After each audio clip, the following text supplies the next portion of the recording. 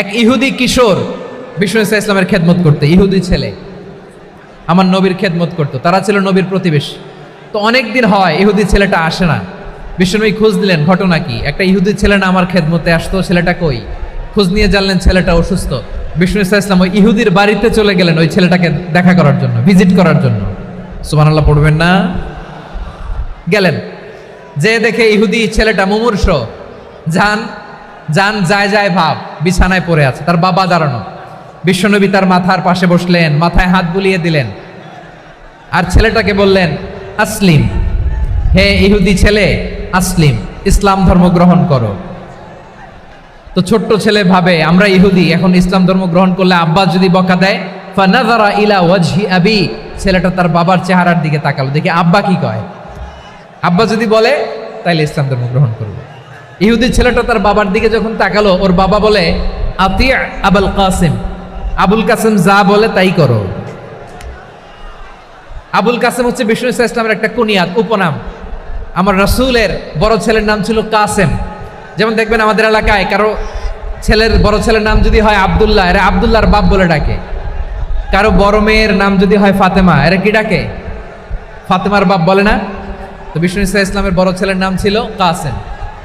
ইহুদি বাবা বলল আতি আবুল কাসেম, আবুল কাসেম যা বলে তাই শোনো, মানে মোহাম্মদ যা বলে তাই শোনো। এই কথা শুনে ছেলে সাহস পাইছে, ছেলে আবার পড়তে আরম্ভ করলো আশহাদু আল্লাহ ইলাহা ইল্লাল্লাহ ওয়া আশহাদু আন্না মুহাম্মাদার রাসূলুল্লাহ, পড়েন আল্লাহু আকবার। বিশ্বনবীর আহ্বান শুনে ওই আহ্বানে সাড়া দিয়ে ইহুদি ছেলে শাহাদা পড়ে মুসলমান হয়ে গেল। তার হৃদয়টারে ঈমানের নূর দিয়ে আলোকিত করে দিল কে? প্রিয় ভাইরা, এবার রাসূল সাল্লাল্লাহু আলাইহি ওয়াসাল্লাম বের হয়ে আসলেন ঘর থেকে, আর বললেন আলহামদুলিল্লাহিল্লাযী আনকাযাহু মিনান নার, প্রশংসা সে আল্লাহর যে আল্লাহ জাহান্নামে চলে যাচ্ছিল প্রায় এমন একটা লোককে মুহূর্তের মধ্যে কালেমায়ে শাহাদাতের বদৌলতে জান্নাতি বানায় দিলেন। আওয়াজ করে পড়েন সুবহানাল্লাহ। এই হাদিস থেকে আমরা কি শিখলাম? What is the moral of the story? এক নম্বর স্টোরি হলো, প্রতিবেশী ইহুদি হোক হিন্দু হোক, যাবেন, সুসম্পর্ক রাখবেন, উপহার দিবেন, বিপদে পাশে দাঁড়াবেন, তাইলেই তো আপনাদের প্রতি, মুসলমানদের প্রতি তারা আকৃষ্ট হবে, ঠিক কিনা বলেন? আপনি যদি হিন্দুদের সাথে বৌদ্ধদের সাথে নাই মিশেন, নাস্তিকের কাছে নাই যান, তো ইসলামের সৌন্দর্যটা ওরা বুঝবে কেমনে? আমার অনেক হিন্দু পরিচিত ভাই আছে, ওরা আমাদের ইফতারির প্রোগ্রামে এসে একসাথে ইফতারি করে। অনেক মদখোর আমার সাথে বসে একসাথে ডিনার করে, হাফ প্যান্ট পরা, গলায় স্বর্ণের চেইন, হাতে স্বর্ণের ব্রেসলেট, আইসা আমার সাথে ডিনার করছে, আছে এরকম। গাঁজাখোর, আমি বলে আসো, welcome welcome to my dinner, আসো বসো, বসলেই তো আমি ওর ডিএনএ, চিন্তার ডিএনএ চেঞ্জ করে দেওয়ার সুযোগ পাবো। চিল্লায় বলো ঠিক কিনা? আসতে হবে আমার কাছে। Hour door is open, the door of Islam is open 24/7। সব সময় আমাদের ইসলামের দরজা আমার অমুসলিম ভাইদের জন্য খোলা আছে না নাই? এই হাদিস থেকে দুইটা শিক্ষা। এক নম্বর শিক্ষা, প্রতিবেশী মুসলিম হোক অমুসলিম হোক, যান, অসুস্থ হইলে একটু আপেল নিয়ে যান, আঙ্গুর নিয়ে যান, কমলা নিয়ে যান, তাদের সাথে ভালো আচরণ করেন। ইসলামের বিউটি দেখে, সৌন্দর্য দেখে অবাক হবে, নসিব ভালো হলে কোনোদিন কালিমা পড়ে মুসলমান হয়ে যাবে, ঠিক কিনা বলেন? তাহলে অমুসলিমের সাথে ভালো সম্পর্ক। বিশ্বনবী ইহুদির বাড়িতে গেলেন, ইহুদির বাড়ি, আর আমার মুসলমান ভাই আমার কাফের বলে, এরকম আছে না নাই? মুসলিম মুসলিমরা দেখতে পারে না, সহ্য করতে পারে। বিষ্ণু ইসলাম ইহুদির বাড়িতে গেলেন, এটা একটা শিক্ষা। আরেকটা শিক্ষা হলো, ভাইরা ধাক্কা মারে এসে সামনে এসে কি লাভ? প্রোগ্রাম তো শেষ হচ্ছে, এখনই শেষ হচ্ছে। তো এই যে আমাদের বকশি ভাই ওয়াদা নিল, হাত তোলালো, মিম বলে এত কথা বললো, তো আমি জেলায় জেলায় যে খালি হাত নাড়াই তোমাদের জন্য নাকি? হ্যাঁ, হাত নাড়াই শুধু। এই ধাক্কাইতে ধাক্কাইতে এদিকে এসে হাত নাড়াইতেছে, হয়েছে তো, দেখলাম তো, ঠিক আছে, মাশাআল্লাহ, অনেক সুশৃঙ্খল, অন্যান্য যে কোনো জেলার জন্য সুশৃঙ্খল। আমার দিকে তাকাও, আমার দিকে তাকাও, ঠিক আছে। এই যে দাঁড়িয়ে আছে, একটা ছেলে নড়ে না, দেখছেন? মাশাআল্লাহ মাশাআল্লাহ মাশাআল্লাহ। হ্যাঁ, এইভাবেই। আর কয়েকটা মজাদার কথা আছে, শোনো। এই হাদিস থেকে আমাদের শিক্ষা হলো, আমার প্রতিবেশী যেই ধর্মের হোক আমি সম্পর্ক রাখবো। অসুস্থ হলে যাব, কি বলেন ভাইরা? যাবেন না? যাবেন না আপনারা? আচ্ছা, 2 নম্বর শিক্ষা হলো, বিষ্ণু ইসা ইসলামের খাদেম ছিল ইহুদি, এতদিন খেদমত করলো, একদিনও বিশ্বনবী ওরা কালিমার দাওয়াত দেয় নাই। কারণ কি? বিশ্বনবী একটা ভালো সময়ের অপেক্ষা করতেছিলেন, প্রপার টাইমিং। দাঈর কাজ হচ্ছে দাঈ ইলাল্লাহ, সে হচ্ছে সুযোগ সন্ধানী। দাঈ সুযোগ খোঁজে, কখন দাওয়া দিলে ব্যাটে বলে হবে, ঝোপ বোঝে কোপ মারে, ঠিক কিনা বলেন? বিষ্ণু ইসলাম ভালো সময়ের অপেক্ষা করতেছিলেন, দেখি ভালো সময় আসুক আসুক আসুক আসুক। আস্তে আস্তে এমন সময় আসছে, ছেলে এবার মুমূর্ষ। অসুস্থ ব্যক্তির হৃদয় অত্যন্ত নরম থাকে। হসপিটালে যখন কেউ যায় তার হৃদয়টা বড্ড নরম থাকে, মৃত্যুর ভয়ে তার অন্তরটা নরম থাকে, ঠিক কিনা বলেন? এই প্রপার টাইমিং এর অপেক্ষা করতেছিলেন। যখনই টাইমিং পেয়েছেন দাওয়াত দিলেন, পড়ো লা ইলাহা ইল্লাল্লাহ, সুবহানাল্লাহ পড়েন সবাই। তাহলে ইসলাম অমুসলিম প্রতিবেশীর সাথে ভালো আচরণ করতে বলে। ইসলাম অমুসলিম মাতা পিতার সাথেও ভালো আচরণ করতে বলে। মাতা পিতা যদি অমুসলিম হয় তারা ফেলে দিতে পারবেন? পারবেন? আমার লালমনিরহাটের ভাইরা, অনেক হিন্দু ছেলে আমাদের হাতে শাহাদা পড়ে মুসলিম হয়, কিন্তু ওর মা মুসলমান হয় নাই, বাবাও হয় নাই, এরকম আছে না নাই? তো ও হয়েছে মুসলিম, মা বাপ হিন্দু, এখন মা বাপ কি বাদ? হ্যাঁ, মা বাপ বাদ দেয়া যাবে? যেই মা আপনার 9 মাস 8 মাস পেটে ধারণ করলো, আপনার মায়ের নার ছেঁড়া ধন, আপনি ওই মারে বাদ দিতে পারবেন? যেই মায়ের বুকের তাজা দুধ খেয়ে আপনি আজকে বাড়ন্ত তাজা তরতাজা, ওই মারে বাদ দেয়া যাবে? মায়ের এক ধারে দুধের দাম, কাটিয়া গায়ের চাম, পাপোশ বানাইলে ঋণের শোধ হবে না, এমন দরদি ভাবে কেউ হবে না আমার গো। মায়ের এক ধারে দুধের দাম, কাটিয়া গায়ের চাম, পাপোশ বানাইলে ঋণের শোধ হবে না, এমন দরদি ভাবে কেউ হবে না আমার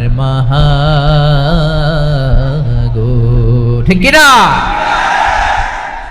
মাকে তো বাদ দেওয়া যায় না। وَقَضَى رَبُّكَ أَلَّا تَعْبُدُوا إِلَّا إِيَّاهُ وَبِالْوَالِدَيْنِ إِحْسَانًا। আল্লাহ বলে অবধারিত 2টা ভার্ডিক্ট তোমাদের জন্য, এক আল্লাহর ইবাদত করবা আর মা বাবার প্রতি ইহসান করবা। আদেশটা কার? মা বাবার প্রতি ইহসান করতে হবে। আমার মা হিন্দু হোক ভালো আচরণ করতে হবে, বৌদ্ধ হোক ভালো আচরণ করতে হবে। আমার যে সমস্ত হিন্দু ভাইয়েরা মুসলিম হয়েছে, তোমাদের মা বাবা এখনো মুসলমান হয় নাই, তাদের সাথে ভালো আচরণ করতে হবে। আপনাদের খেদমত নিজে করতে হবে অথবা খেদমতের ব্যবস্থা করাই দিতে হবে। মান্থলি যে খরচ লাগে এটা দিতে হবে। আরে তুমি এখন মুসলিম, তোমার মা বাবা হিন্দু, এখনই তো সুযোগ ইসলামের সৌন্দর্য দেখানো। এখন মা বাবা যদি দেখে আরে এটা হিন্দু থাকতে তো বদমাইশ ছিল, বেয়াদব ছিল, কি এমন ধর্ম সে গ্রহণ করলো যেটা গ্রহণের সাথে সাথে সে পাল্টে গেল? কি এমন ধর্ম সে গ্রহণ করেছে যেটা তার জীবনকে আলোকিত করে দিয়েছে? নসিব ভালো হইলে তারাও কালিমা পড়ে মুসলমান হয়ে যাবে। বিষ্ণু ইসলামের স্ত্রীর নাম ছিল আয়েশা রাদিয়াল্লাহু তাআলা আনহা, আবু বকর রাদিয়াল্লাহু তাআলা আনহুর মেয়ে। আবু বকর রাদিয়াল্লাহু তাআলা আনহুর আরেক মেয়ের নাম হচ্ছে আসমা। কি নাম? দুজনই আবু বকর রাদিয়াল্লাহু তাআলা আনহুর মেয়ে, আসমা আর আয়েশা। নাম দুইটা কেমন লাগে? আসমা নামটা কেমন লাগে? আয়েশা নামটা কেমন লাগে? সবার ভালো লাগে নাই? নাম দুটো আপনাদের ভালো লাগে? লালমনিরহাটে অনাগত যদি কন্যা সন্তান হয়, যদি মনে চায় আসমা রেখে দিতে পারবেন, যদি মনে চায় আয়েশা রেখে দিয়েন। দেশে বিদেশে এয়ারপোর্টে রাস্তাঘাটে শুধু বলে হুজুর একটা নাম দেন, আমার ছেলের একটা নাম দেন, মেয়ের একটা নাম দেন। তো আমার মনে আছে যশোরের 8 দিনের মাহফিলে আমি 1-2টা নাম দিয়েছিলাম। আজকে লালমনিরহাটের এই প্রোগ্রামে কন্যা সন্তান যদি হয় 2টা নাম দিলাম, আসমা কিংবা আয়েশা। ইনশাআল্লাহ পড়েন। দুজন বোন, এক মায়ের নাম, বাবা এক মা দুজন। আয়েশা রাদিয়াল্লাহু তাআলা আনহার মায়ের নাম উম্মে রুমান, আর আসমা রাদিয়াল্লাহু তাআলা আনহার মায়ের নাম কুতাইলা বিনতে আব্দুল উজ্জা। আবু বকর রাদিয়াল্লাহু তাআলা আনহু 4টা বিয়ে করেছিলেন। তো একই ঘটনা ঘটেছে এই ফ্যামিলিতে। আসমা ইসলাম ধর্ম গ্রহণ করে মুসলিমা, কিন্তু তার মা কুতাইলা মুশরিকা। আই রিপিট, বোঝার জন্য আমি আবারও বলি, আসমা রাদিয়াল্লাহু তাআলা আনহা মুসলিমা, আর আসমার মা কুতাইলা আওয়াজ করে বুঝে থাকলে বলেন, আসমার মা মুশরিকা। তার মানে মেয়ে মুসলিম, মা অমুসলিম, ভেজাল আছে না নাই? কিন্তু কুতাইলা আর ধৈর্য ধারণ করতে পারে না। নার ছেড়া ধন, কলিজার টুকরা ধন, কলিজার টুকরা সন্তান আসমারে দেখতে বড্ড মন চায়। সাইয়েদনা আসমা রাদিয়াল্লাহু তাআলা আনহা মক্কা থেকে হিজরত করে মদিনায় চলে গেলেন হুদাইবিয়ার পর। যখন মক্কা মদিনা ট্রাফিক স্বাভাবিক হলো, মক্কার লোক মদিনায় যায়, মদিনার লোক মক্কায় আসে। কুচাইলা কলিজার টুকরা সন্তান আসমারে দেখার জন্য কিছু উপহার নিয়ে বিশাল মরুপথ পাড়ি দিয়ে মক্কা থেকে মদিনায় যায়। সুবহানাল্লাহ বলেন। এখন মা আসছে মেয়ের সাথে দেখা করতে, মেয়ে তো আর দেখা দেয় না। মেয়ে ভাবছে আমার মা তো মুশরিকা, অপবিত্রা, তার সাথে কি দেখা দেয়া যাবে? বিশ্বনবীর দরবারে চলে গেলেন। সুবহানাল্লাহ বলেন। কি সৌভাগ্যবান ছিল তারা, মাসলা জানার দরকার হলেই নবীর দরবারে চলে যেত। ঘরে বউয়ের সাথে ঝগড়া হলে নবীর দরবারে চলে যেত।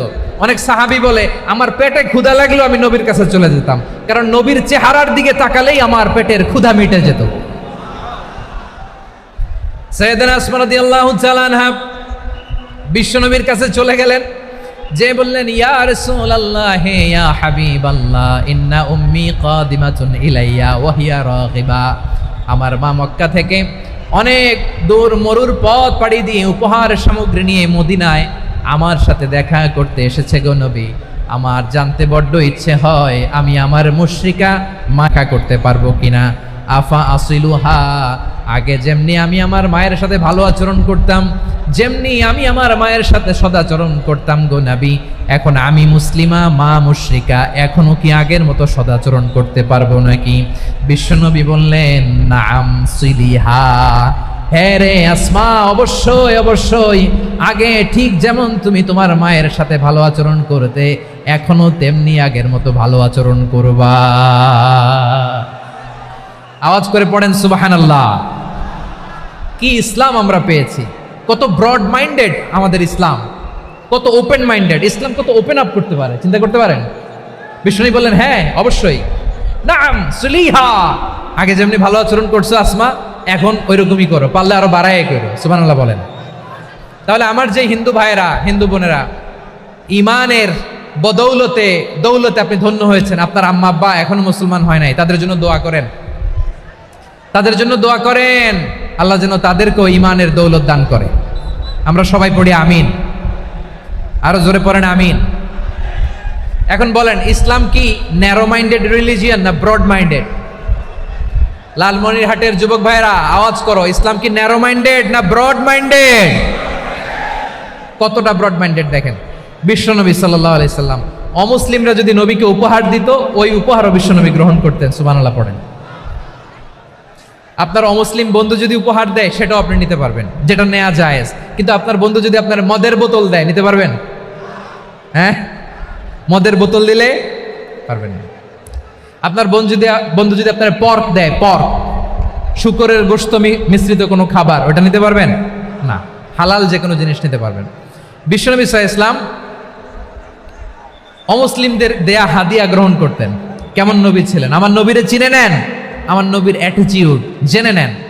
বিশ্বনবী সাল্লাল্লাহু আলাইহি ওয়াসাল্লাম যখন কোনো জনপদে যেতেন, 3টা অপশন নিয়ে যেতেন।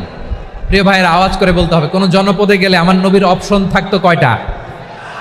আমার মতো 3 আঙ্গুল উঁচু করে দেখান আর বলুন, আমার নবী কোনো জনপদে গেলে কয়টা অপশন নিয়ে যেতেন? 1 নম্বর অপশন আসলিম তাসলাম। নতুন এলাকায় গেলে বলতেন আসলিম তাসলাম, ইসলাম ধর্ম গ্রহণ করো, শান্তিতে থাকবা, আমার ভাই হয়ে যাবো, আমরা ভাই ভাই, ইসলাম মানো, আমরা ভাই ভাই। অপশন নাম্বার কত? 1। যদি বলে না ইসলাম মানবো না, ওকে, অপশন নাম্বার 2, মুসলিম হওয়ার দরকার নাই, লা ইকরাহা ফিদ্দিন, ইসলামে কোনো বাড়াবাড়ি নাই। খ্রিস্টান আছো থাকো, বৌদ্ধ আছো থাকো, ইহুদি থাকতে চাও থাকো, কিন্তু আমরা যেহেতু রিজিওনাল সুপার পাওয়ার, আমাদের আন্ডারে থাকো, ট্যাক্স দিয়া থাকো, এটার বলে জিজিয়া। আলেম যারা আছেন বুঝবেন, এটার আরবিতে কি বলে? জিজিয়া। You pay us the tax, we will give you the security. তোমরা ট্যাক্স দিবা, আমরা সিকিউরিটি দিব, আমাদের আওতায় থাকবা, কেউ তোমাদেরকে আক্রমণ করতে পারবে না, আমরা নিরাপত্তা দিব। সুবহানাল্লাহ বলেন। এটা অপশন নাম্বার কত? আচ্ছা, বুঝে থাকলে বলেন 1 নম্বর অপশন কি ছিল? ইসলাম। ইসলাম মানো শান্তিতে থাকবা, ভাই ভাই, আমরা ভাই ভাই। অপশন নাম্বার 2, ট্যাক্স দাও, আমরা নিরাপত্তা দিব, মুসলিম হওয়া লাগবে না। এখন 1 নম্বরও মানে না, 2 নম্বরও মানে না, মুসলিম হবো না, ভালো খ্রিস্টান থাকো, ট্যাক্স দাও, আমরা সিকিউরিটি দিব না, এইটাও মানি না। বিষ্ণু বলেন তাহলে তলোয়ার আমাদের আর তোমাদের মাঝে ফয়সালা করবে, মুসলিমও হবে না, ট্যাক্স দিবা, নিরাপত্তা দিব, আমরা সুপার পাওয়ার, আমাদের আন্ডারে থাকবে, এটাও না। তাহলে তোমাদেরকে তো আমরা বিশ্বাস করতে পারি না, কখন না কখন বিশ্বাসঘাতকতা করো, কার সাথে মিলে হাত মিলাও, তলোয়ার আমাদের মাঝে ফয়সালা করবে। তখন তিনি জেহাদের সশস্ত্র সংগ্রামের ঘোষণা দিতেন। সুবহানাল্লাহ পড়েন।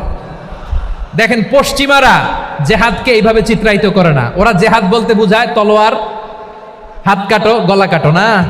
জেহাদ সশস্ত্র সংগ্রাম 3 নম্বরে। অধিকাংশ ক্ষেত্রেই বিশ্বনবীর সুন্দর আচরণ দেখে, আরে আমার নবীর যে নুরানি চেহারা, অনেকে তো কেবল সিরেফ চেহারাটা দেখেই কালিমা পড়ে মুসলমান হয়ে গিয়েছে। যারা মুসলিম হয় নাই তারা তাদের ইসলামেই বলবৎ ছিল, ট্যাক্স দিয়ে ইসলামের আন্ডারে ছিল। যারা এটাও মানে নাই ওইটাও মানে নাই, তাদের বিরুদ্ধে জেহাদ। বিষ্ণু ইসলাম 7ম হিজরিতে যখন খায়বার বিজয়ের পরে ইসলাম রিজিওনাল সুপার পাওয়ার হিসেবে আত্মপ্রকাশ করলো, বিশ্বনবী চিঠি লিখলেন অন্যান্য সুপার পাওয়ারের কাছে, রাষ্ট্রীয় চিঠি লেখে এক রাষ্ট্রপ্রধান আরেক রাষ্ট্রপ্রধানের কাছে, ঠিক কিনা বলেন? জানেন না আপনারা? এই যে 24-এর ছাত্র নাগরিক অভ্যুত্থানে, এই অভ্যুত্থান যখন শুরু হয়, আমি তখন সাউথ আফ্রিকাতে একটা স্ট্যাটাস দিয়েছিলাম, কোটা নয় গোটা দেশ সংস্কার করা লাগবে। শুধু বাংলাদেশ নয়, সারা বিশ্বের বাংলা ভাষাভাষী লোকেরা এই আন্দোলনের সাথে সমর্থন তারা করেছে, এটাকে সাপোর্ট করেছে, তারা সমর্থন দিয়েছে। আমাদের ইউনাইটেড আরব আমিরাতের বাংলাদেশি ভাইয়েরা তারা সেখানে রাস্তায় নেমে এসেছিল, জানেন? ওইখানে ডেমনস্ট্রেশন করা যায় না, সেখানকার সরকার তাদেরকে যাবজ্জীবন দিয়েছিল। তখন আমাদের এই যে প্রধান উপদেষ্টা ডক্টর মোহাম্মদ ইউনূস সরাসরি G2G বলে, এটারে G2G, government to government, G2G, উনি চিঠি লিখলেন যে তাদেরকে, ইউর হাইনেস, হে সম্মানিত আমির, আপনি আমার এই চিঠির কারণে আমার সম্মানে এই 53 জন বাংলাদেশিকে মাফ করে দেন। এই চিঠির বদৌলতে বেকসুর খালাস পেয়ে গিয়েছিল আমাদের ভাইরা, জানেন না এই ঘটনা আপনারা? তাহলে গভর্নমেন্ট টু গভর্নমেন্ট চিঠি দেওয়া হয়। 7ম হিজরিতে বিষ্ণু ইসলাম সব সুপার পাওয়ারের কাছে চিঠি দিলেন, রোমান সম্রাটের কাছে, পারস্য অধিপতির কাছে, মিশরের অধিপতির কাছে, সবার কাছে চিঠি লিখলেন। চিঠির ভাষা ছিল এরকম, মিন মুহাম্মাদিন রাসূলিল্লাহ ইলা মুকাওকিস আযীমিল কিবত, মুহাম্মদ রাসূলুল্লাহর পক্ষ থেকে মিশরের বাদশার কাছে, আসলিম তাসলাম, ইসলাম মানো শান্তিতে থাকবা, সালামুন আলা মান ইত্তাবা আল হুদা, শান্তি তার জন্য যে হেদায়েতের অনুসরণ করে। সুবহানাল্লাহ পড়েন। তো এই চিঠি অনেকে ভালোভাবে রিসিভ করেছে, অনেকে এই চিঠি পাওয়ার পরে নবীর কাছে আবার ইন রিটার্ন উপহার পাঠিয়েছে। কি পাঠিয়েছে? উপহার। মিশরের বাদশা মুকাওকিস তিনি বিশ্বনবীকে বিশাল এক উপহারের ডালি পাঠিয়েছেন। মিশরের বাদশা মুকাওকিস ছিলেন ধর্মে খ্রিস্টান। লালমনিরহাটের ভাইয়েরা আওয়াজ করে বলেন, মিশরের বাদশা ধর্মে কি ছিল? খ্রিস্টান। কি উপহার দিয়েছিল আমার নবীকে?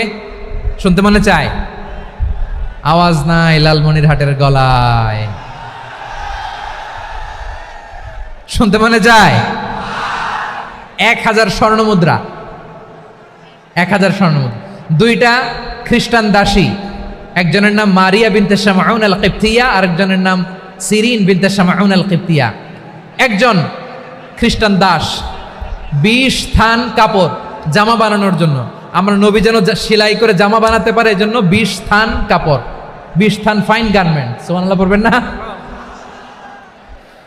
এরপরে একটা গাধা যেটার নাম ছিল উফাইর, আর একটা খচ্চর, এটার নাম ছিল দুলদুল। খচ্চর চিনেন? গাধা আর ঘোড়ার ক্রসিং এ যে প্রাণীটা দুনিয়াতে আসে এটার খচ্চর বলে।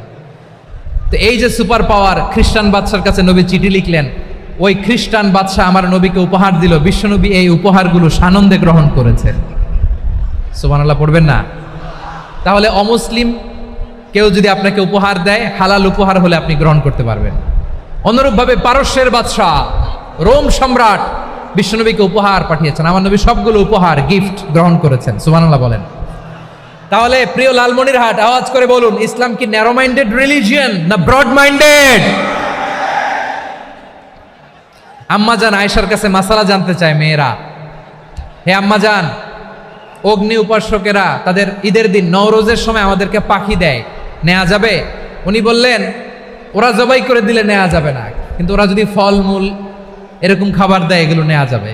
তার মানে অমুসলিমদের দেয়া উপহার এটা গ্রহণ করা যায়। সুবহানাল্লাহ বলেন। শুধু তাই নয়, বিষ্ণু ঈসা ইসলাম অমুসলিমদের সাথে আর্থিক লেনদেনও করেছেন, ফিনান্সিয়াল ডিলিং করেছেন। অমুসলিমদের সাথে প্রয়োজনে আপনি ফিনান্সিয়াল ডিলিং করতে পারবেন। আমরা প্রায় দেখি বাজারের মিষ্টির দোকানগুলো আমার হিন্দু ভাইদের। লালমনিরহাটে মিষ্টির দোকান, দইয়ের দোকান কারা চালায়? হিন্দুরা চালায় না? তারপরে যে বারবার শপ, চুল কাটে যে নাপিত, অধিকাংশ নাপিতের দোকানে কারা? আমার হিন্দু ভাইরা। আপনি চুল কাটতে পারবেন কিনা? পারবেন কিনা বলেন? পারবেন। তার দোকান থেকে দই মিষ্টি কিনতে পারবেন কিনা? হ্যাঁ, আমার মুসলিম ভাইয়ের দোকান থাকলে ওইটারে আমি বেশি প্রায়োরিটি দিব, ঠিক কিনা?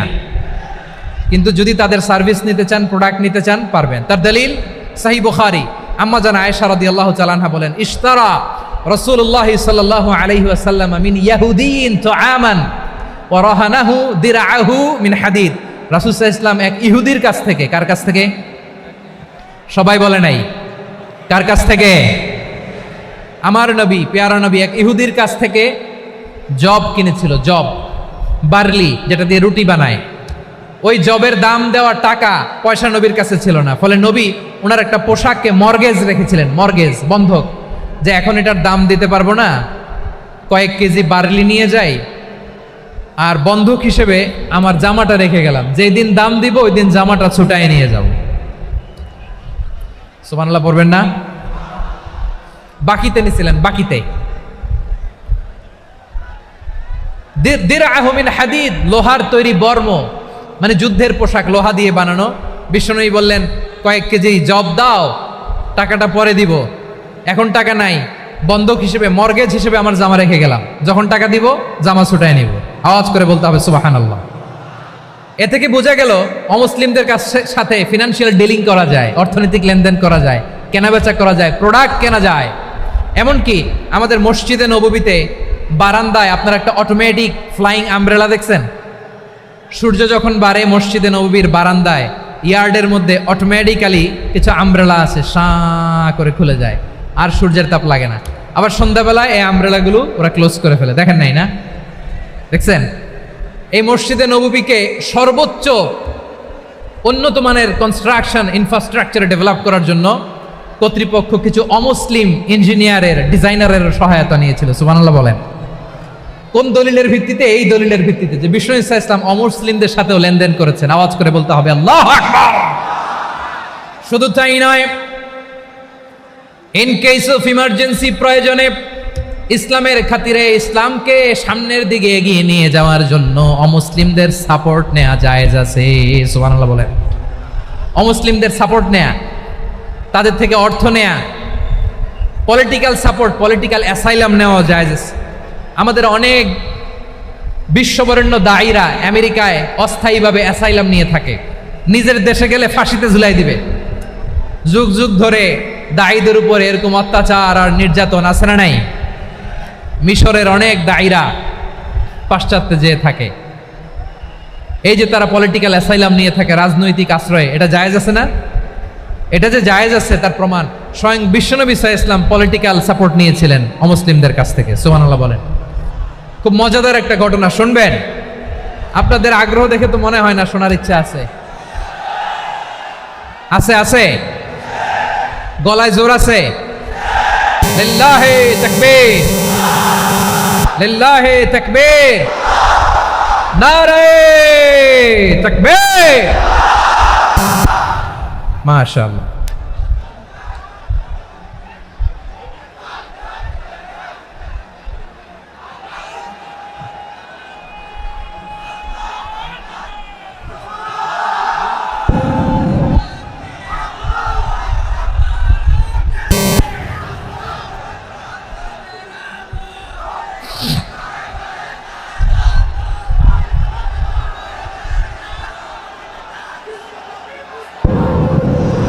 মাশাআল্লাহ মাশাআল্লাহ। থামুন থামুন আমার ভাইরা, বিশ্বনবীর বয়স তখন প্রায় 51 বছর। কত বছর? বিশ্বনবীর সবচেয়ে কাছের মানুষ খাদিজা রাদিয়াল্লাহু তাআলা আনহা ইন্তেকাল করেছেন। বিশ্বনবী বড্ড কষ্ট পেলেন, হৃদয়টা ভেঙে খান খান। যিনি ঘরের ভেতরে বিশ্বনবীকে সান্ত্বনা দিতেন, ভালোবাসা দিতেন, বাইরে গেলে কুরাইশরা বকাঝকা করে, অত্যাচার করে, কিন্তু আম্মাজান খাদিজা রাদিয়াল্লাহু তাআলা আনহা ঘরটারে এমন শান্তির নীড় বানায় রেখেছেন, এই ঘরের ভিতরে ঢুকলে বিশ্বনবীর কলিজাটা ঠান্ডা হয়ে যেত। এজন্য রব্বুল আলামিন বলেন, খাদিজা, ও আমার বান্দি খাদিজা, জান্নাতে এমন স্পেশাল একটা ঘর আমি তোমার জন্য রেডি করে রেখেছি। ওই ঘরের মধ্যে কোনো আওয়াজ নাই, ওই ঘরের মধ্যে কোনো নয়েজ নাই, ওই ঘরে কোনো বিশৃঙ্খলা নাই। কারণ মক্কার জমিনে আমার নবী কুরাইশদের বিশৃঙ্খলা, নয়েজ আর ঝামেলাগুলোকে উপেক্ষা করে যখন তোমার ঘরের ভিতরে ঢুকতো, ঘরটারে তুমি শান্তির নীড়, ঠান্ডা, নীরব, নিস্তব্ধ, নিঝুম আর শান্তির নীড় বানিয়ে রেখেছ। এজন্য জান্নাতে স্পেশাল একটা শান্তির নীড় আমি তোমারে উপহার দেব। ওই প্রিয়তমা স্ত্রী খাদিজা ইন্তেকাল করলেন, বিশ্বনবীর হৃদয় ভেঙে খান খান। আবার ওনার চাচা আবু তালেব ইন্তেকাল করলেন, যিনি পলিটিক্যাল শেল্টার দিতেন নবীকে। কে দিতেন? আবু তালেবের ভয়ে, বিশ্বনবীর এই চাচার ভয়ে কোনো মুশরিক নবীর গায়ে হাত দেওয়ার সাহস পায় নাই। এখন স্ত্রীও নাই, চাচাও নাই, নবীকে আশ্রয় দেওয়ার কেউ নাই। নবীর চারদিকে অন্ধকার, নবী এখন কই যাবেন? আমার পেয়ারা নবী নতুন স্টেশন খুঁজতেছেন, নতুন দাওয়াতি প্ল্যাটফর্ম খুঁজতেছেন। তিনি যায়েদ বিন হারেসা রাদিয়াল্লাহু তাআলা আনহুকে নিয়ে মক্কার পাশের একটা নেইবরিং সিটি তায়েফে চলে গেলেন। কোথায় চলে গেলেন? লালমনিরহাটের ভাইয়ের আওয়াজ করে বলেন, কোথায় গেলেন? তায়েফে চলে গেলেন দিনের দাওয়াত দেওয়ার জন্য। কি দেওয়ার জন্য? নাকি জমি কিনতে গেছিলেন? জমি কিনতে, দুনিয়ার যশ খ্যাতির জন্য, নিজের কোনো লাভের জন্য? তায়েফবাসীদেরকে জাহান্নামের আগুন থেকে বাঁচানোর জন্য। আওয়াজ করে বলতে হবে, ঠিক কিনা? বিশ্বনবী বিশাল মরুপথ, পাহাড়ি পথ পাড়ি দিয়ে তায়েফের মরুজমিনে গেলেন কোরআনের দাওয়াত নিয়ে, ইমানের দাওয়াত নিয়ে। কিন্তু তায়েফের লোকেরা বিশ্বনবীর দাওয়াতকে শুধু প্রত্যাখ্যান করেই থামে নাই, তারা বিশ্বনবীর সাথে অত্যন্ত খারাপ আচরণ করেছে। বিশ্বনবীকে শারীরিকভাবে হেনস্থা করেছে, আমার নবীকে শারীরিকভাবে অত্যাচার করেছে, আমার পেয়ারা নবীর গায়ে পাথর মেরেছে, বিশ্বনবীর গা বেয়ে ঝরঝর করে রক্ত ঝরেছে, নবী জামিনের মধ্যে লুটিয়ে পড়েছেন, আবার মেরেছে, আবার নবী হাঁটতে শুরু করলেন, পেছন থেকে আবার মেরেছে, আবার নবী রক্তাক্ত হয়ে জামিনের মধ্যে লুটিয়ে পড়লেন, আবার মেরেছে। বিশ্বনবীর মতো এত সুশ্রী মানব, বিশ্বনবীর মতো এত শুভ্র মানব, বিশ্বনবীর মতো এমন চমৎকার দেহাবয়ব দিয়ে রব্বুল আলামিন কাউকে বানান নাই। এরকম চমৎকার মানুষটাকে তারা তায়েফের ওই জমিনে রক্তাক্ত করেছে। বিশ্বনবী দুনিয়ার কোনো স্বার্থের জন্য সেখানে যান নাই, নিজের কোনো লাভের জন্য, প্রাপ্তির জন্য যান নাই, তায়েফবাসীদের জাহান্নামের আগুন থেকে বাঁচাতে গিয়েছেন। ঠিক কিনা বলেন? খেয়ে না খেয়ে দিন প্রচারের কাজে নিজেকে দিয়েছ বিলিয়ে, তায়েফের কাফিরেরা চিনল না সে আলো, দুষ্ট ছেলেদের পিছু দিল লেলিয়ে, পাথরের আঘাতে ক্ষত বিক্ষত হয়ে সারা শরীর থেকে রক্ত ঝরে। হে রাসূল তোমাকে ভুলি আমি কেমন করে, হে রাসূল তোমাকে ভুলি আমি কেমন করে। পারেন না আপনারা? ধরুন আমার সাথে, হাজার ব্যথা বেদনার পরে ফিরে আসনি তুমি আপন ঘরে, দিনের আলো তুমি ছড়িয়ে দিতে, চলে গেলে মদিনায় মক্কা ছেড়ে। হে রাসূল তোমাকে ভুলি আমি কেমন করে, হে রাসূল তোমাকে ভুলি আমি কেমন করে। ঠিক কিনা বলেন? প্রিয় ভাইরা, তায়েফের ছেলেরা নবীকে রক্তাক্ত করলো, আমার নবী কই যাবে? কই যাবে? মক্কায় জায়গা নাই, তায়েফে জায়গা নাই। তায়েফ থেকে ভারাক্রান্ত মন নিয়ে আমার নবী মক্কায় ফিরে আসলেন। বিশ্ব নবী মক্কায় ঢুকতে পারেন না। মক্কার মরুভূমির দিকে তাকিয়ে, উপত্যকার দিকে তাকিয়ে বিশ্বনবী ধা ধা করে কাঁদেন, ঝরঝর করে। নবীর চেহারা মোবারক থেকে চোখের পানিগুলো বেয়ে বেয়ে পড়ে। আমার জন্মস্থান, আমার শৈশব, কৈশোর, যৌবন কেটেছে এই মক্কায়, আমার এলাকায় আমি ঢুকতে পারি না। বিশ্বনবী মক্কার অনতি দূরে দাঁড়িয়ে জায়েদকে পাঠালেন, জায়েদ যাও দেখো কেউ আমাকে সাপোর্ট করার মতো আছে কিনা, যাও অমুকের কাছে যাও। জায়েদ গেলেন, তারাও প্রত্যাখ্যান করে ফিরিয়ে দেয়। বিশ্বনবী বললেন যাও অমুক লোকের কাছে যাও, তিনিও প্রত্যাখ্যান করে ফিরিয়ে দিলেন। কেউ বিশ্বনবীকে আশ্রয় দিতে রাজি হয় না। নিজ জন্মভূমিতে বিতাড়িত বিশ্বনবী, সর্বশেষ বিশ্বনবী বললেন যাও মুতঈম ইবনে আদির ঘরে যাও।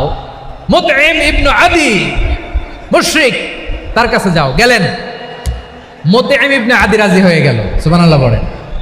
দেখেন অনেক বিপদের সময়ও আমি নিজে সাক্ষী, সামাজিকভাবে রাজনৈতিকভাবে কত ঝঞ্ঝা, কত ষড়যন্ত্র, কত কনস্পাইরেসি পাড়ি দিয়ে আমাদেরকে সামনে এগিয়ে যেতে হয়। এই শত্রুদের ভেতরেও একজনকে দাঁড় করিয়ে দেয় যে আল্লাহর কোরআনের জন্য রেডি হয়ে যায়। পড়েন সুবহানাল্লাহ। মুতঈম ইবনে আদি, আল্লাহ তার মনকে নরম করে দিলেন। মুতঈম বলে মুহাম্মদ আমি তোমাকে আশ্রয় দিব। তার দুই ছেলেকে পাঠালেন, যাও খোলা তলোয়ার নিয়ে, স্কট দিয়ে, গার্ড অফ অনার দিয়ে মোহাম্মদকে মক্কায় ঢুকাও, আর বলো আমি আমান দেব। আমান কি দিব? আমান মানে সিকিউরিটি, নিরাপত্তা। সিকিউরিটি ছাড়া, আমান দেওয়া ছাড়া কেউ থাকতে পারতো না মক্কায়। দুই ছেলে বিষ্ণু ইসা ইসলামকে নিয়ে আসলো। নবী কাবার চারদিকে তাওয়াফ করলেন, নামাজ পড়লেন। আবু জাহেল, উতবা, শাইবা, ওয়ালিদ ইবনে মুগীরা সবাই দেখে, কেউ কিছু করতে পারে না। কারণ মুতঈম ইবনে আদি ঘোষণা দিয়েছেন আমি মুহাম্মদকে আমান দিয়েছি, মুহাম্মদের গায়ে যেন কেউ স্পর্শ না করে। আওয়াজ করে পড়েন সুবহানাল্লাহ। নবীর এই বিপদকালে মুহূর্তে মুতঈমের হৃদয়টারে নরম করে দিল কে?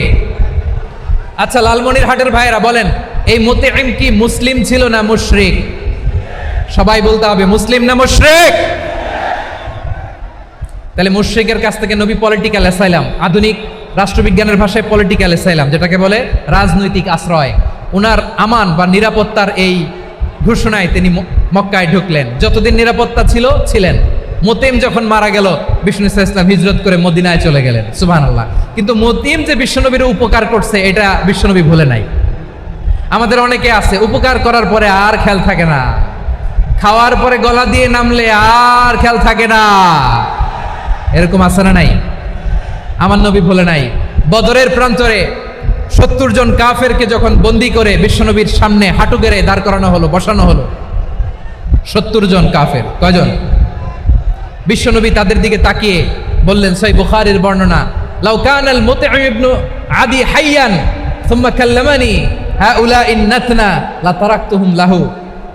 বদরের প্রান্তরে 70 জন বন্দী কাফিরের দিকে তাকিয়ে আমার নবী বললেন, আজকে মুতঈম ইবনে আদি যদি বেঁচে থাকতো আর তোমাদের 70 জনের ব্যাপারে যদি মুতঈম এক বাক্যে একটা সুপারিশ করতো, তার সম্মানে আজকে তোদের সবাইকে আমি মাফ করে দিতাম। সুবহানাল্লাহ নাই? ওই যে চিল্লাচিল্লি যে কথা বোঝে নাই, কোন জিনিস মিস করছে ওরা নিজেরাও বোঝে নাই। বিশ্বনবী মুতঈমের এই সাহায্যের কথা বলে নাই। 70 জন মুশরিক হাঁটু গেড়ে বসা, নবী চাইলে এখনই এক্সিকিউশন অর্ডার দিতে পারে। তিনি বললেন আজকে যদি মুতঈম বেঁচে থাকতো আর মুতঈম যদি তোদের জন্য সুপারিশ করতো, এই আবর্জনাগুলোর ব্যাপারে সুপারিশ করতো, আমি মুহূর্তেই তোদেরকে এমনি মাফ করে দিতাম। এবার বলেন ইসলাম কি ন্যারো মাইন্ডেড না ব্রড মাইন্ডেড? শুধু তাই নয়, যাকে যে সম্মান দেয়ার আমার নবী দিতেন, হোক আস্তিক হোক নাস্তিক, হোক মুসলিম হোক অমুসলিম। বিষ্ণু ইসলাম যখন রোমান সম্রাটের কাছে চিঠি লিখেছেন, আমার প্রিয় লালমনির হাটের ভাইরা অল্প কয়েক মিনিট কয়েকটা জরুরি কথা বলবো, এদিকে তাকান, এদিকে তাকান। রোমান সম্রাটের কাছে বিশ্বনবী যখন চিঠি লিখলেন মিন মুহাম্মদ রাসূলিল্লাহ ইলা হিরাকলা আযীমির রোম, মুহাম্মদের পক্ষ থেকে হিরাক্লিয়াসের কাছে, যিনি হচ্ছেন আযীমির রোম। এটা নবী নিজ থেকে বানায় লিখছেন অতিরিক্ত সম্মান দিয়ে। কোন রাষ্ট্রপ্রধান যখন আসে তাদেরকে আমরা কি বলি জানেন? তার নামের শেষে HE এটা লিখতে হয়, H.E. মানে হিজ এক্সেলেন্সি। কি লেখে? হিজ এক্সেলেন্টি অথবা ইউর হাইনেস, ইউর ম্যাজেস্টি। দেখেন বিশ্বনবী সাল্লাল্লাহু আলাইহি ওয়াসাল্লাম সব নবীদেরও নবী, তিনি একজন মুশরিক খ্রিস্টান সম্রাট, রোমান সম্রাটের কাছে চিঠি লিখতে যায়, লিখতেছে ইলা হিরাকলা আযীমির রোম, হিরাক্লিয়াসের কাছে আমার চিঠি, যিনি রোমের আযীম, হিজ হাইনেস, মানে রোমের অনেক সম্মানিত এক বাহাদুর। আওয়াজ করে বলেন সুবহানাল্লাহ। তার মানে যাকে যে সম্মান দেয়ার এটা বিশ্বনবী দিতেন। এমনকি যেই ইহুদিরা ভালো ছিল এই ইহুদিদেরও প্রশংসা করেছেন বিশ্বনবী মুহাম্মদুর রাসূলুল্লাহ সাল্লাল্লাহু আলাইহি ওয়াসাল্লাম। এক ইহুদির প্রশংসা করেছেন বিশ্বনবী। ইহুদির কার? কার? আমি তো আমার ভাইয়ের প্রশংসা করি না, আমি তো এক আলেম আরেক আলেমরে স্পেস দেই না, আমি তো এক দায়ী আরেক দায়ীর সাথে বসতে চাই না। আমার নবী ইহুদির প্রশংসা করে। কার প্রশংসা? ওই ইহুদির নাম ছিল মুখাইরিক। সিরাত গ্রন্থ ঘাটলে পাবেন। তিনি বলেছেন মুখাইরিক খাইরু ইয়াহুদ, Mukhayriq is the best of the Jews, জুইশদের মধ্যে সে সবচেয়ে ভালো। কেন প্রশংসা করলেন তার? এর কারণ মদিনা চার্টারে কথা ছিল সব ধর্মের মুসলিম মুশরিক ইহুদিরা মিলে মদিনাকে রক্ষা করবে। কিন্তু তৃতীয় হিজরিতে যখন উহুদের যুদ্ধ শুরু হলো, সবার কথা ছিল যেই আক্রমণ করে আমরা মদিনাকে বাঁচাবো। কোন শহরকে বাঁচাবো? মদিনাকে। কিন্তু কুরাইশরা যখন অ্যাটাক করলো, ইহুদিরা আর আসে না, ইহুদিরা আর বেরোয় না। বিষ্ণু বললেন ওহে ইহুদিরা, তোমরা না চুক্তি করলে আমার সাথে যে মদিনা বাঁচাতে সবাই ঝাঁপিয়ে পড়বো, আসো। একটা ইহুদিও বেরোয় না, কেউ আসে নাই সেদিন, একজন ছাড়া, তার নাম মুখাইরেক। তার নাম কি? মুখাইরেক বাহাদুরের মতো ঘোড়সাওয়ার হয়ে বেরিয়ে গেলেন এবং বললেন গোটা ইহুদি সাম্রাজ্যের একজনও যদি না আসে আমি মুখাইরেককে কেউ ঘরে আটকে রাখতে পারবে না। বেরিয়ে আসলেন, এসে বললেন আমি মুহাম্মদের পক্ষে যুদ্ধ করব, আমি মারা গেলে আমার সম্পদ আমার উত্তরাধিকারীরা পাবে না, আমার সম্পদ তোমরা মুহাম্মদকে দিয়ে দিবা। সুবহানাল্লাহ বলেন। উহুদের ময়দানে 70 জন মুসলমান শহীদ হলো। এই ইহুদি সেও মুসলমানের পক্ষে যুদ্ধ করে নিহত হলো। সুবহানাল্লাহ বলেন। মুসলিমদের লাশ যখন নিয়ে আসা হলো, এই মুখাইরিকের লাশও নিয়ে আসা হলো। মুসলিমদের লাশের পাশে মুখাইরিকের লাশ দেখে বিশ্বনবী মুখাইরিকের প্রতি অনেক খুশি হলেন। আর বিশ্বনবী খুশি হয়ে বললেন মুখাইরিক খায়রু ইয়াহুদ, মুখাইরিক যদিও তুমি ইহুদি তারপরেও তুমি সব ইহুদিদের মধ্যে সেরা ইহুদি। পড়েন সুবহানাল্লাহ। আমার নবী ইহুদিকেও সম্মান দিতে কার্পণ্য করে নাই। আওয়াজ করে বলেন আল্লাহু আকবার। প্রিয় ভাইরা, এবার সর্বশেষ আওয়াজ করে বলেন ইসলাম কি ন্যারো মাইন্ডেড নাকি ব্রড মাইন্ডেড? সবাই বলেন ন্যারো মাইন্ডেড না ব্রড মাইন্ডেড? এজন্য অমুসলিম হইলেই তারা আমাদের শত্রু নয়। শত্রু কারা? এই লালমনিরহাটের ভাইয়েরা শোনেন, শত্রু কারা? যে সমস্ত অমুসলিম আমাদেরকে নিশ্চিহ্ন করে দিতে চায়, যে সমস্ত অমুসলিম আমাদের ভূখণ্ড থেকে আমাদেরকে তাড়িয়ে দিতে চায়, যে সমস্ত অমুসলিম আমার ধর্ম নিয়ে তুচ্ছতাচ্ছিল্য করে চিল্লায় বলেন ঠিক কিনা, তারা আমাদের শত্রু। সাধারণ অমুসলিমরা আমার শত্রু নয়। এই যে হিন্দুরা থাকে এরা আমার ভাই, বৌদ্ধরা আমার ভাই, খ্রিস্টানরা আমার ভাই, ইহুদিরা আমার ভাই। তারা দিনই ভাই নয়, তারা মায়ের পেটের ভাই নয়, তারা মানবিক দিক থেকে ভাই। ও মানুষ, আমিও মানুষ। ইসলাম মানুষকে সম্মান করে, চিল্লায় বলো ঠিক কিনা। যারা আমাদের অস্তিত্বকে নিশ্চিহ্ন করতে চায়, যারা আমাদের ভূখণ্ডকে দখল করতে চায়, যারা আমাদেরকে নিয়ে মকারি করে, ফান করে, টিটকারি করে, আমার ধর্ম নিয়ে খেলা করে, তাচ্ছিল্য করে, ওদের বিরুদ্ধে আমাদের জিহাদ। সাধারণ মুসলিম আমাদের শত্রু নয়। যারাই আমাদের ইসলামকে নিশ্চিহ্ন করতে চায় তাদের বিরুদ্ধে আমাদের সংগ্রাম। আওয়াজ করে বলতে হবে ঠিক কিনা। ওই সমস্ত দুর্বৃত্তদের সাথে আমাদের কোনো সম্পর্ক নাই। আমরা যদি ঐক্যবদ্ধ থাকতে পারি ওই দুর্বৃত্তরা চান্স পায় না। আমরা ঐক্যবদ্ধ থাকতে রাজি আছি। লালমনিরহাটের ভাইয়েরা, আমরা ঐক্যবদ্ধ থাকলে ওই দুর্বৃত্তদের কালো হাত ভেঙে দিতে আমাদের সময় লাগবে না। তাদের কালো হাত ভেঙে দিতে রাজি আছে মুসলমান? কারা কারা রাজি? দু হাত তুলে দেখাও।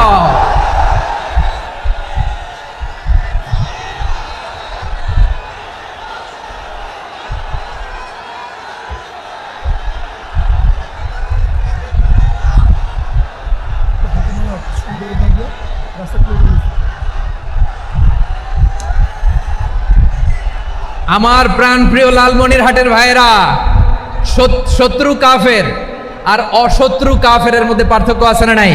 আবু তালেবও মুশরিক, আবু জাহেলও মুশরিক, কিন্তু দুই মুশরিকে পার্থক্য আছে না নাই? আবু তালেব নবীর চাচা, মুশরিক, মারা গিয়েছে মুশরিক অবস্থায়, কিন্তু আজীবন আমার নবীকে আগলে রেখেছে, আমার নবীকে সাপোর্ট করেছে, ভালোবেসেছে। আবু জাহেলও মুশরিক, মারা গিয়েছেও মুশরিক হিসেবে, আজীবন আমার নবীর বিরুদ্ধাচরণ করেছে। আবু জাহেলের শক্তি, সামর্থ্য, স্ট্র্যাটেজি, প্ল্যান সব আমার নবীর বিরুদ্ধে ছিল।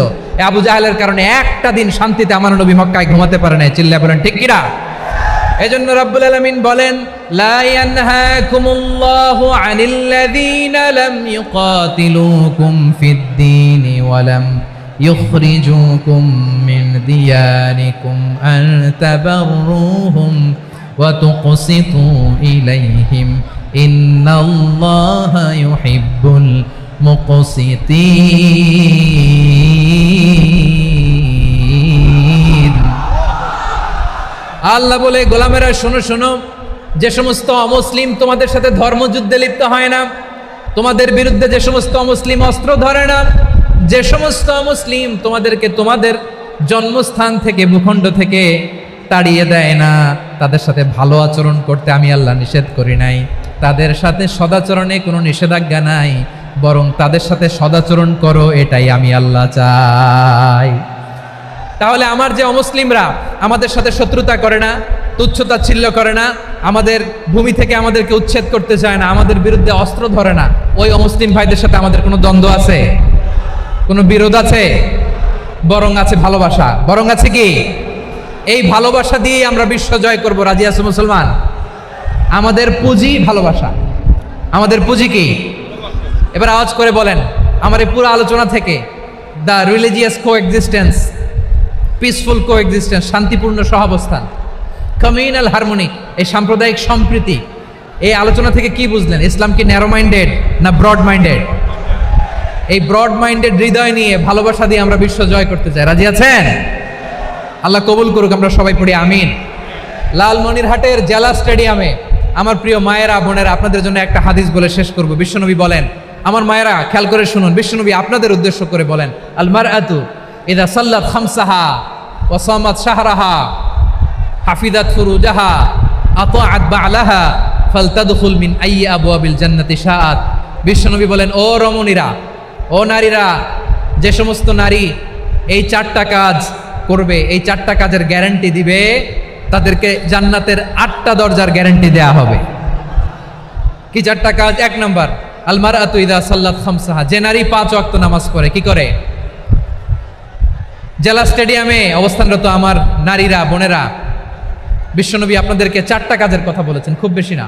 4টা করলে 8 জান্নাতের দরজা সব খোলা। কোনটা দিয়ে যাবেন? যেটা দিয়ে মনে চায়। 1 নাম্বার 5 ওয়াক্ত নামাজ। আমার বোনেরা জোহরের নামাজ পড়তে পড়তে এটা আসরে নিয়ে যায়, আসর পড়তে পড়তে এটা মাগরিবে নিয়ে যায়। এরকম আসরা নাই? লালমনিরহাটে হয়তো নাই। আমার বোনেরা এটা করবেন না। ইন্নাস সালাতা কানাত আলাল মুমিনিনা কিতাবাম মাওকুতা, সময় মতো পড়বেন। সামাত শাহরা, রমাদানের রোজাগুলো রাখবেন। হাফিজাত ফুরুজাহা, যে নারী তার চরিত্রকে হেফাজত করে, তার প্রাইভেট হেফাজত করে, তার লজ্জাস্থান হেফাজত করে। ও মায়েরা, আপনার এই গর্ভ যে কত দামি আপনি জানেন না। আপনার এই গর্ভ থেকে জন্মাবে আগামীর সালাহুদ্দিন আল আইয়ুবী। আপনার গর্ভ থেকেই জন্মাবে ইমাম আল মাহদি আল মুনতাযার। আপনার পেট থেকে জন্মাবে আবু সাইদের মতো বীর সৈনিক। আপনার পেট থেকে জন্মাবে মুগ্ধের মতো বীর মুজাহিদ। আপনি জানেন না কে আসবে আপনার পেট থেকে। সময়টাকে কাজে লাগান, ইসলামকে বোঝেন, মানেন, আমাদের ইসলামিক লেকচারগুলো শোনেন। আমরা যে বার্তাগুলো, ইনস্ট্রাকশনগুলো, দিক নির্দেশনাগুলো আপনাদের খেদমতে রাখি, এগুলো মেনে চলুন। আপনিই পারেন আপনার ঘরটাকে জান্নাতের টুকরা বানাতে। একটা family, it's a very big institution and you are the MD, the managing director of this institution. চিল্লায় বলেন ঠিক কিনা? চাইলেই পারেন ঘরটারে জান্নাতের টুকরা বানাতে। 5 ওয়াক্ত সালাত, রমাদানের রোজা, নিজের চরিত্রের হেফাজত, ও আতাআত বা'লাহা, স্বামীর আনুগত্য। এটাতে অনেকে ভুল করে থাকে। হায় রে আমার বোনেরা, স্বামীর আনুগত্যকে এটা নিজের অপমান মনে করবেন না। আপনার স্বামী আপনার সবচেয়ে বড় গার্ডিয়ান, তিনি আপনার সবচেয়ে ভালো চায়। নারী কখনো গার্ডিয়ানশিপের বাইরে থাকতে পারে না। হয় আপনি বাবার গার্ডিয়ানশিপের ভেতরে, বাপ না থাকলে ভাই আপনার গার্ডিয়ান, ভাই না থাকলে চাচা গার্ডিয়ান, বিয়ের পরে আপনার স্বামী আপনার গার্ডিয়ান।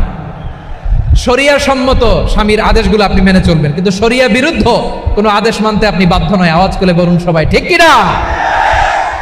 এই 4টা কাজ যদি কোনো নারী করে, বিশ্বনবী বলেন জান্নাতের 8টা দরজা খোলা, তোমার যেটা দিয়ে মনে চায় সেটা দিয়ে জান্নাতে তুমি এন্ট্রি নিতে পারবা। আমরা এখানে লালমনিরহাটের সোহরাওয়ার্দী ময়দানে আজকে যেমন একত্রিত হতে পারলাম, আল্লাহর জান্নাতেও যেন একত্রিত হতে পারে। আল্লাহ তুমি তৌফিক দান করো। আল্লাহ আমার এই কলিজার টুকরা যুবক ভাইদেরকে তুমি ওমরে ফারুকের মতো কবুল করো। জেলা স্টেডিয়ামে অবস্থানরত আমার মা বোনদেরকে তুমি ফাতেমার মতো, খাদিজার মতো কবুল করো। আমাদের কলিজার টুকরা সন্তানদেরকে তুমি সালাউদ্দিন আল আইয়ুবীর মতো কবুল করো। এই যে ইসলামিক সোসাইটি লালমনিরহাটকে আল্লাহ তুমি কবুল করো। আল্লাহ যে কথাগুলো বললাম এগুলো প্রথমে আমাকে, আমার সব ভাইদেরকে আমল করার তৌফিক দান